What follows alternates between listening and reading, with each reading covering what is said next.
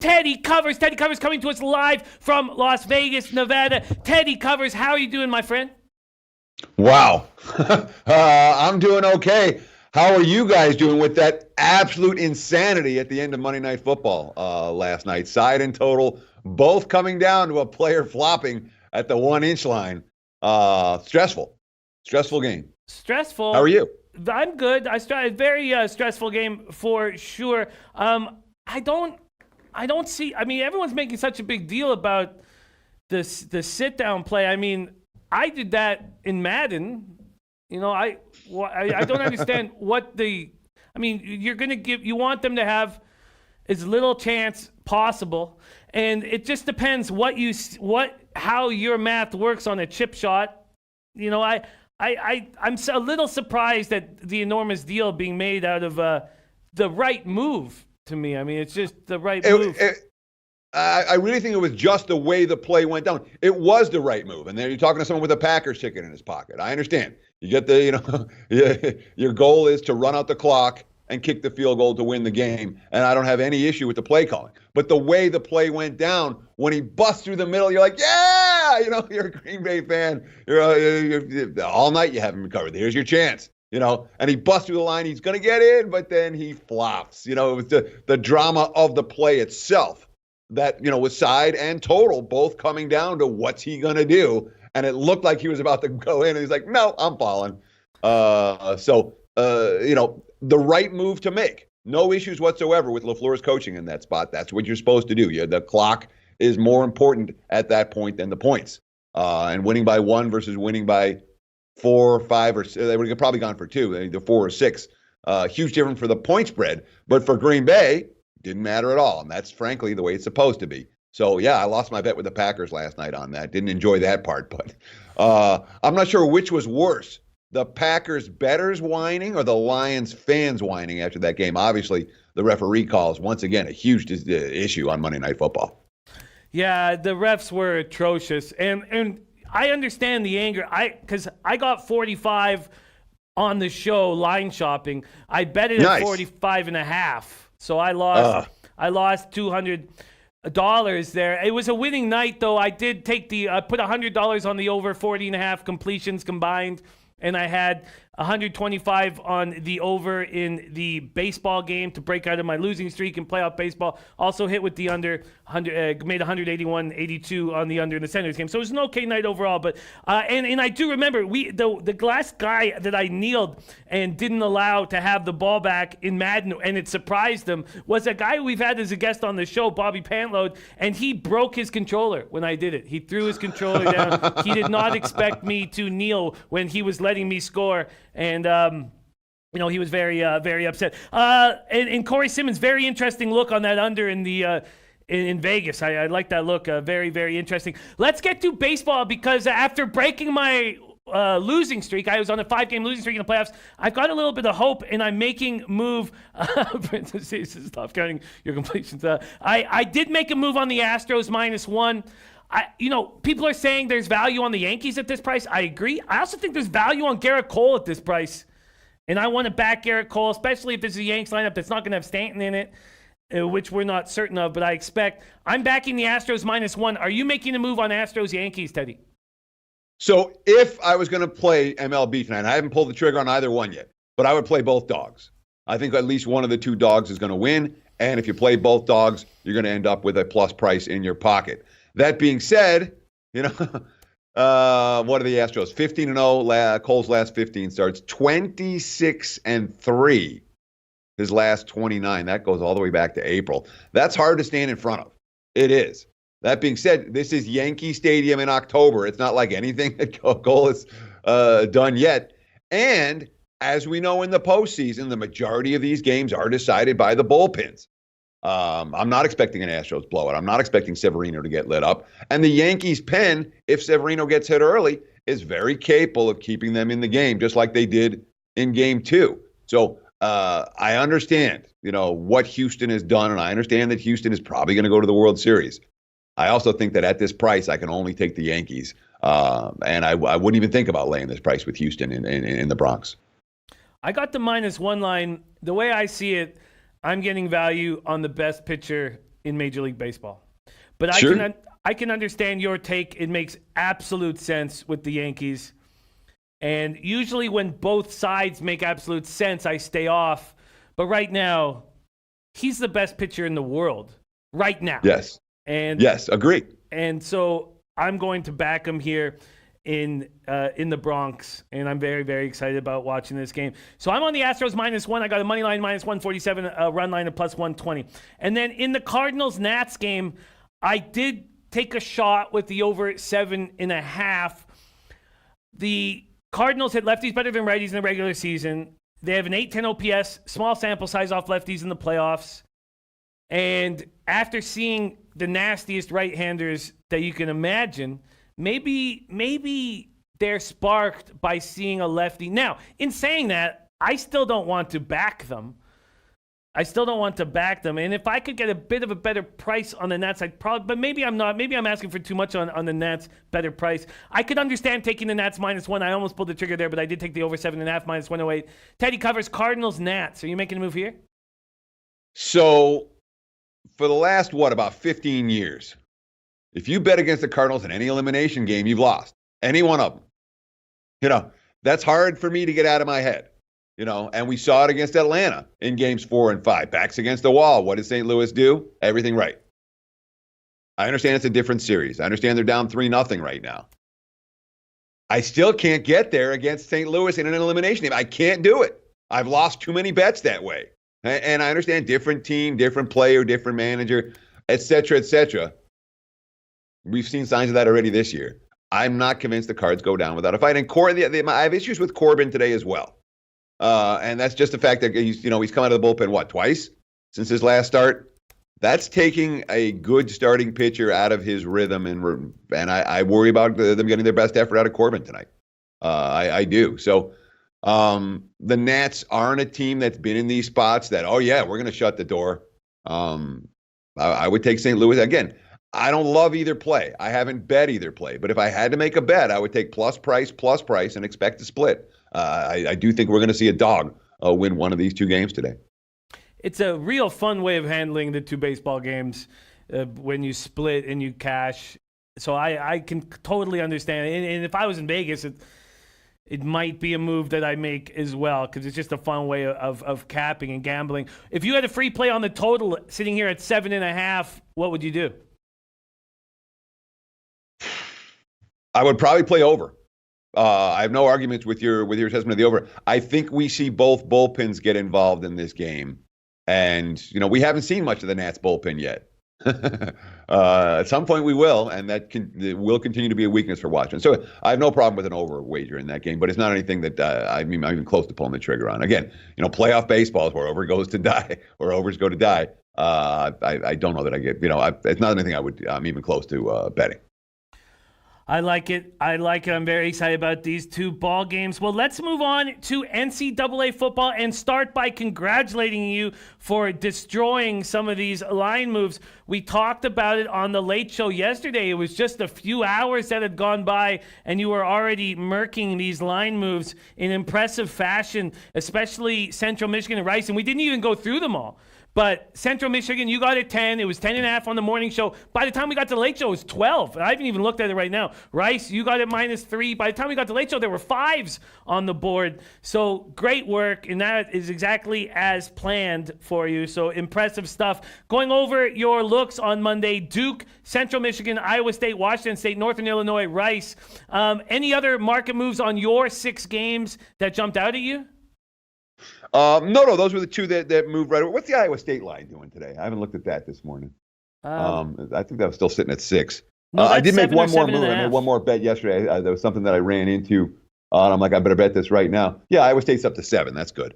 We locked in at the good number there. I played betting number 384, Louisiana Tech, -1.5. 1.5s are still out there. As soon as that line flipped, I'm like, I got to get down on this now. La Tech and double revenge at home against a team I think they can beat. This is a heavyweight match, and everything I was reading is that La Tech's been focusing on this game and focused towards this game. So I got down, again, betting number 384, La Tech -1.5. So I've actually made 7 bets now. And I'm kicking myself. There was one that I didn't bet yesterday. I'm like, TCU. Did I talk about TCU and Kansas State?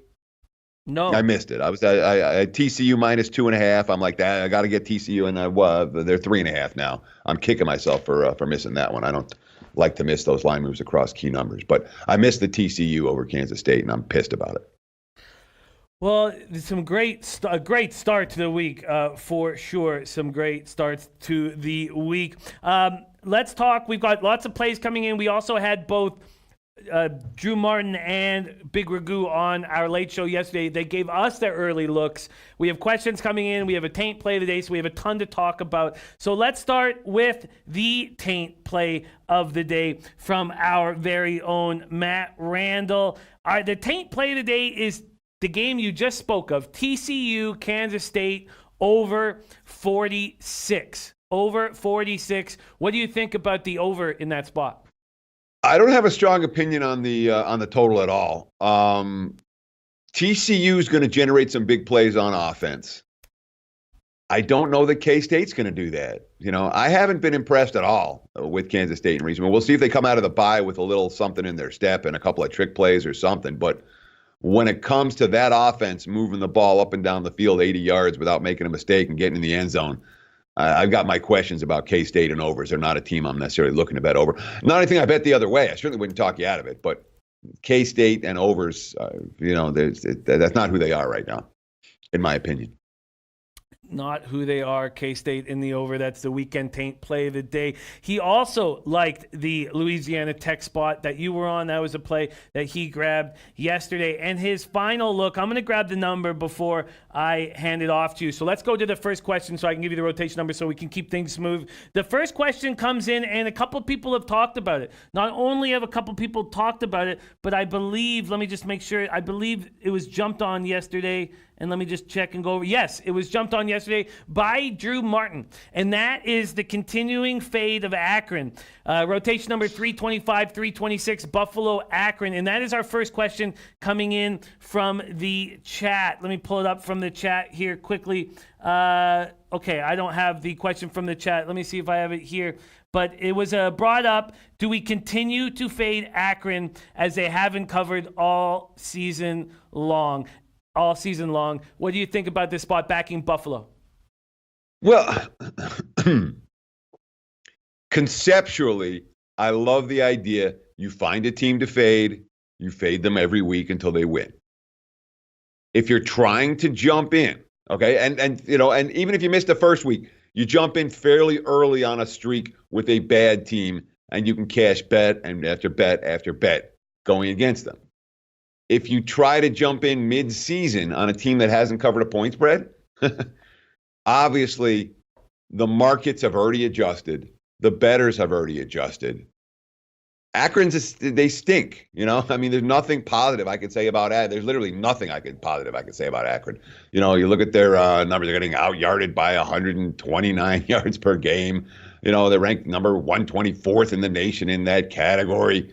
They have a -8 turnover margin. The offense is 126th in points scored, yards per play differential of 117th. I mean, they're awful in stat after stat after stat. We get that. But the markets don't sleep on teams forever. And we're seeing that with this point spread for Buffalo. There's no value on the Buffalo. So I have no problem with continuing to fade Akron. He's been doing it. If you're trying to jump in now and say, well, rather than taking these 5 or 6 units that I already have on this team and risking one more to ride this streak till it ends, you start jumping in on these extended point spread runs late. And in my opinion, it's not a recipe for success. Not a game I'm going to bet. Good luck. Yes, coming late to the party can be a bad spot without doubt. And then the next spot Matt Randall is on is rotation number 355, 356, backing 14th ranked Boise State at 6.5. What do you think about backing Boise State at Brigham Young late game Saturday night? Only way I would play it is Boise. Agree wholeheartedly with the Broncos. Boise's great road chalk. All right. They're, I'm a little bit worried about Bachmeier. Let's see what his status is. But early indications are he should be fine. He got hurt last week against Hawaii. It doesn't appear to be serious. I want to know that he's playing, though. for sure. My biggest concern in this game is simply the way these two teams have matched up. They've matched up. It's been one tight meeting after the next. We have not seen Boise be able to dominate BYU on any sort of consistent basis over the last 5 years. It's been tight game, tight game, tight game. That does concern me. But Boise or pass. BYU stinks. Boise or pass, BYU stinks. Let's keep rolling. We got Victor Liu asking a question about a total in a game that Drew Martin has picked a side. So we'd love to hear both from you. This is Thursday night action, 3:05, 3:06, Louisiana Lafayette, Arkansas State. Drew Martin is on Louisiana Lafayette on the, what did he get? I didn't write down what he got it on. So hopefully he got it at the -5.5 that it opened. It's now, there's, just a 6 at Intertops and Pinnacle. And then our guy, Victor Liu, wondering about this total here. This total, let me grab it right now. Sportsbookreview.com, SPR odds, spreads, and totals. Opened up at 66. It's now at 67 or 67.5. What do you think about the side with Louisiana Lafayette? And what do you think about the over in this game? So Arkansas State is playing with the backup quarterback Hatcher right now, which concerns me when you look at the defensive disparity between these two teams is fairly dramatic. Arkansas State, 115th on defense, even though just yards per play. Again, total yardage stats will screw you. All right, don't worry about total yardage stats. All right, yards per play, that's your stat. All right, that matters. And from a yards per play standpoint, Arkansas State ranked 115th in the country in defense, 6.4 yards per play allowed. Louisiana Lafayette ranked in the top 40, 5.1 yards per play allowed. Huge just defensive disparity between these two teams. And that's why, again, I said that when we talked about this game, I think we talked about it yesterday real quick. And I was saying my number was way off on this one. My number didn't really reflect the defensive disparity between these two teams. And from a strength of schedule standpoint, it's not like Arkansas State has stepped up. Arkansas is ranked 75, La is ranked 101. So there's not a huge differential there. That La has just been beating up on all these patsies, and Arkansas State's been struggled defensively because they really stepped up in class. This isn't an elite type schedule. So I can understand the point spread where it is with Lafayette favored. I still think that number's a little bit high against an Arkansas. The Red Wolves, what do? They trade points with everybody. And from a spot standpoint, you like them coming in with extra rest and time to prepare. But Lafayette is the better team. It's not a game that I'm strong on. You're asking me for side, and I go back and forth. You're asking me for total. I think there's some correlation here. Arkansas State does correlate with over, but Lafayette's capable of winning this game, and there's not this huge point spread here where you say, oh, well, there's room for error. Not a game I'm betting. I'm sorry I don't have a stronger take for you. Matt Randall says Arkansas State and the points is the only way I'd play it. Let's move on to Drew Martin's next look. Friday night, 3:09, 3:10, Marshall, Florida Atlantic. He's been eating with FAU, and he's going back to the well at -5.5. Do you agree with that look? So Marshall's trending the wrong direction right now. They have not. I had fairly high hopes for Marshall coming into the campaign, and they showed signs early, but I don't like anything about the direction that team's taken over the course of the last month or so, particularly on the offensive side of the football. They've really struggled to move the ball, and FAU hasn't. Certainly conceptually. Again, Florida Atlantic's one of these teams that, they got a little overlooked. They didn't got off to a great start. And all they're doing right now, they're eating. If you're back in FAU, they're absolutely a team to ride one more time this week. I think the matchup is fairly favorable, even though defensively, Marshall does have the better numbers. And then another look he was on is a spot where he's going back to the well again. Both you guys cashed on UNLV unders last week, and he's going back to the well. UNLV Fresno. This opened up at 55. We've already seen it move to 54 or 53.5 at a few books. He's on the under in UNLV Fresno. What do you think of that look, and what do you think of the market move? I like it. I like the look. It makes a ton of sense to me. And it's not just one of these theoretical sense, all right? UNLV's offense is not good, all right? And, we saw them have a modest success last week against a Vandy team that wasn't interesting at all. But again, we're talking about a team that ranked number 95 in the country in yards on offense. Not loaded with dynamic playmakers. They do take shots, and that's my concern here for an under. But and Fresno's not as good as they were last year. Let's start with that. And it starts with the quarterback play. Fresno's an under team. They're better defensively than they are offensively right now. So conceptually makes a ton of sense to me. Wouldn't talk anyone out of the under in this one. So then his next look is on Buffalo. We also have, let me just go back up here. We also have something that I wanted to ask you about here. So we're just going to jump to a Big Ragu play quickly and then go back to Drew Martin. Big Ragu backing Northwestern. We talked about this yesterday.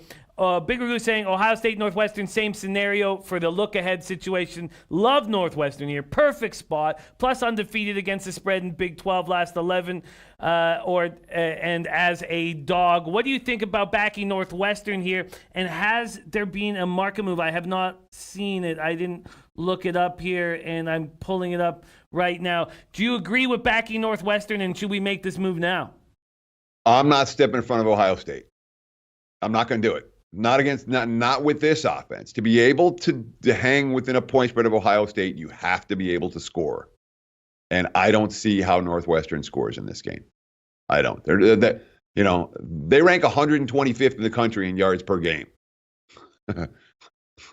That's not good. All right. And I know they faced a tough schedule. They faced a tougher schedule than Ohio State so far.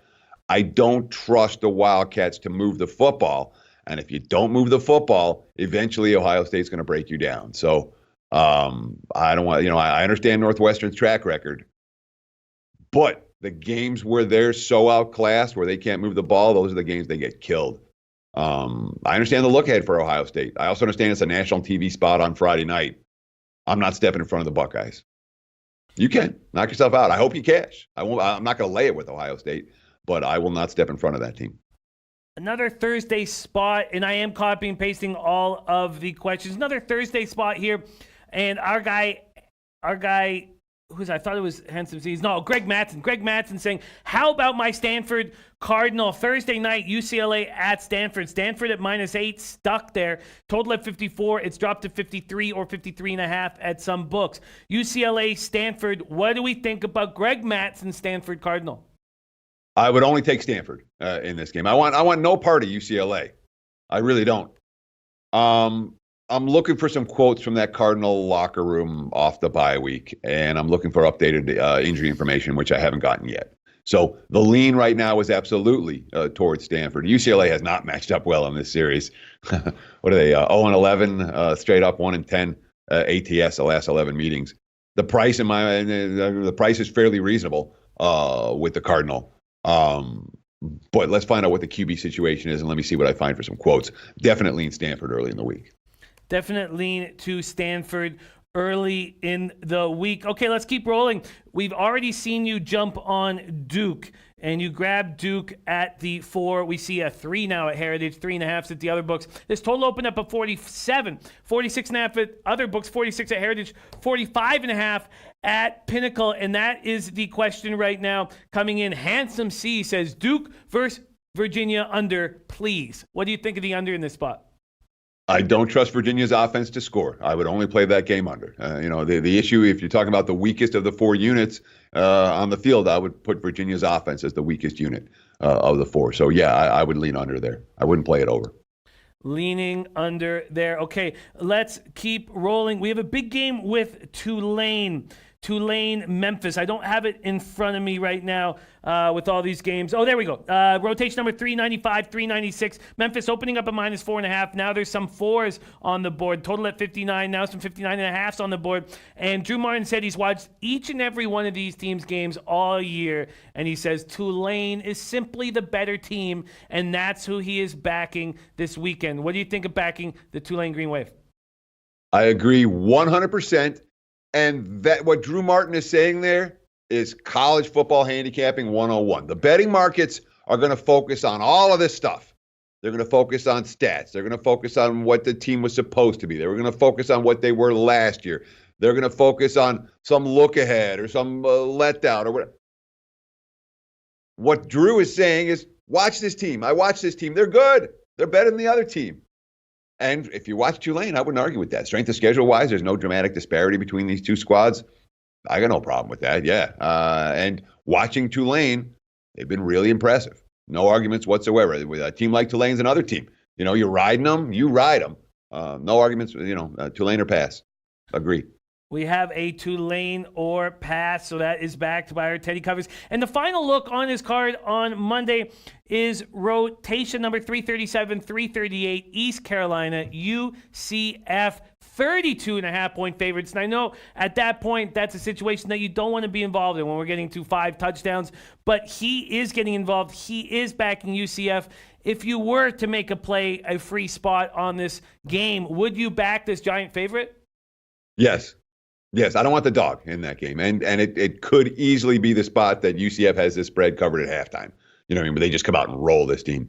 East Carolina can't compete against a team like this. At least I don't think they can compete against a team like this. So if UCF comes to play, and I think they will, they'll roll East Carolina. No argument whatsoever with laying. And I'd say I don't often play, I don't think I'm going to get to the betting window with UCF, but I certainly wouldn't talk anyone out of it. This is they're the type of team that has done this consistently.